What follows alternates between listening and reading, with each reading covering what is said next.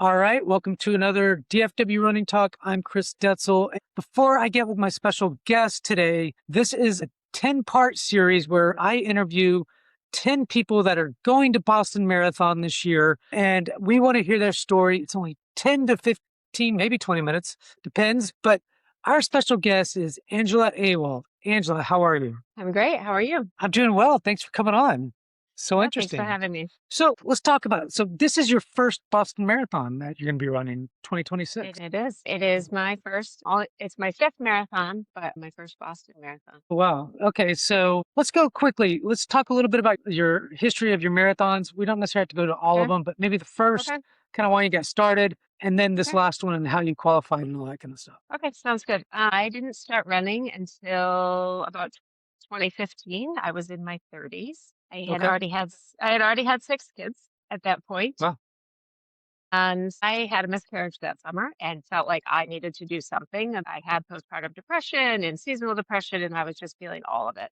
So I felt like I needed to trust my body again. So I started running. And Love that. yeah, at first it was with the jogging stroller, the double jogger. So not a great way to start. It's discouraging, but It's a we tough stuck one. with it. And I progressed through, did, the 5K, the 10K, half marathon the next year. But it wasn't until 2019 that I ran my first marathon. Okay. That was Wine Glass Marathon in upstate New York. I've done that. I've And done the half marathon yeah, there. My wife did the yeah, full. So yeah. yeah, it's a great marathon. We've been back Yeah. since then and plan to go back this fall. So we love it. And I came in at 4:01, pretty average, nothing Pretty spectacular. good for your first. Yeah, it was good for my first, especially looking back, knowing how little training I did. So I was supposed to do it the next year, but COVID hit. Mm. And surprise, we were having a seventh baby. So what's your youngest and oldest? My oldest will be 23 next month, Wow. Okay. and my youngest is 4. Wow.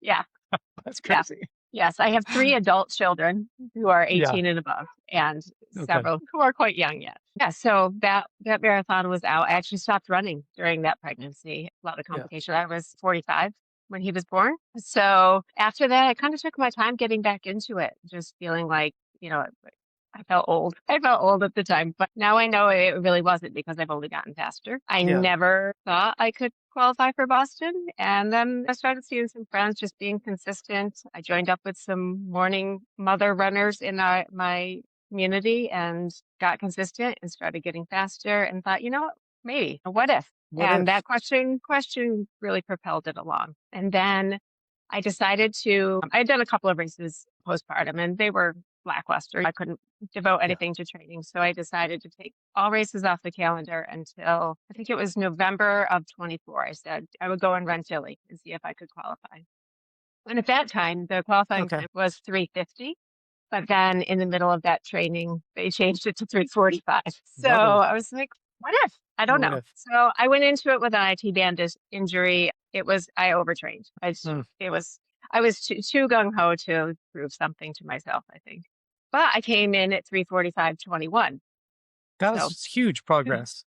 it was huge progress. And then I kicked myself for stopping at the porta potty. Well, it There's those happens, 21 you know. seconds. So I said that was really good progress. Let's see what else we can do. So I signed up for the Buffalo Marathon Hmm. for the following spring in May. And I pulled back on the mileage a little bit. My goal was to use that training block just to get strong and not lose fitness. I focused on strength training and being really consistent without any injuries. That's good. Yeah. I Yeah. like the strength training. I'm glad you brought that in. Yeah, yeah. I felt here I was 40s at the time. No, I was 48. I take that back. 48. So I felt like I just really needed to do a lot of strength training if I wanted to do this long term. So I went into it feeling more fit than I'd ever felt, but still not really sure of what I was capable of. But it was one of those perfect race mornings. Like the temperature was cool, which is unheard of on Memorial Day weekend. Yeah.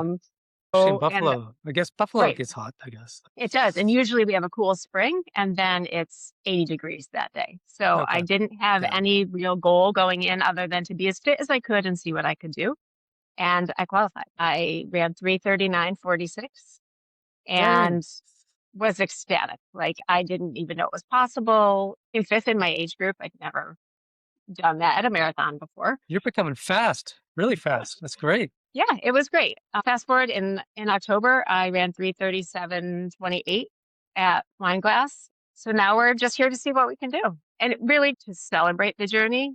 To my kids won't be there. My husband and I are going alone. 7 kids is too many to take I with think that's us. great. You get it alone time. Yeah, yeah. So yeah, we're looking forward to it. They've all been supported. My adult kids watch the youngers while I can go Yeah. for a run sometimes. So it's been a family journey, worth all of it for sure. I think that's awesome and congratulations. And so do you Thanks. now are you running with do you run with the community? You said you run with some other moms and things like that. Is that just here and there or do you do most of your miles by yourself? That's pretty informal. The group of us get together consistently Tuesday, Thursday, and Saturday.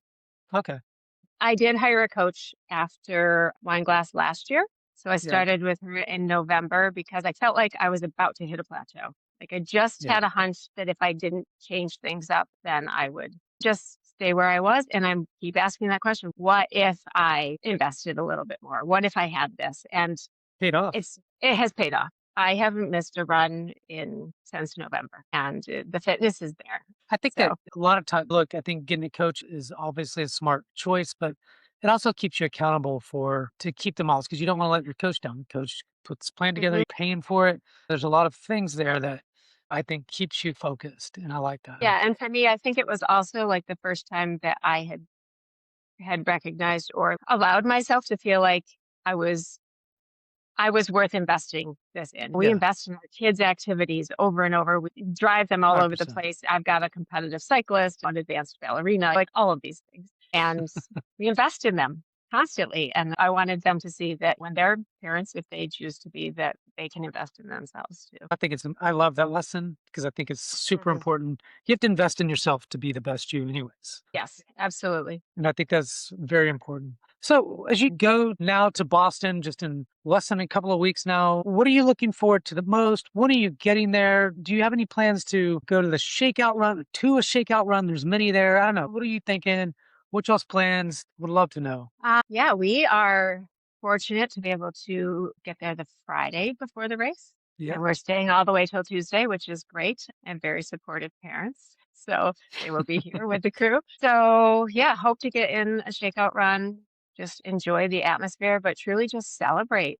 My Yeah. goal, I told my coach when I hired her, my time goal is I want that for Wine Glass. For this one, I wanted to be in good enough shape that I could run the times that I've been running, but not feel like I was going to die. Yeah. Well, So that's to, good. to build the fitness and to really enjoy all of it, because I don't know when I'll get back. Yeah. I've qualified again for next year, especially since I'll be able to That's when you'll be go back, in as maybe. a 50-year-old. Who knows what next year will be?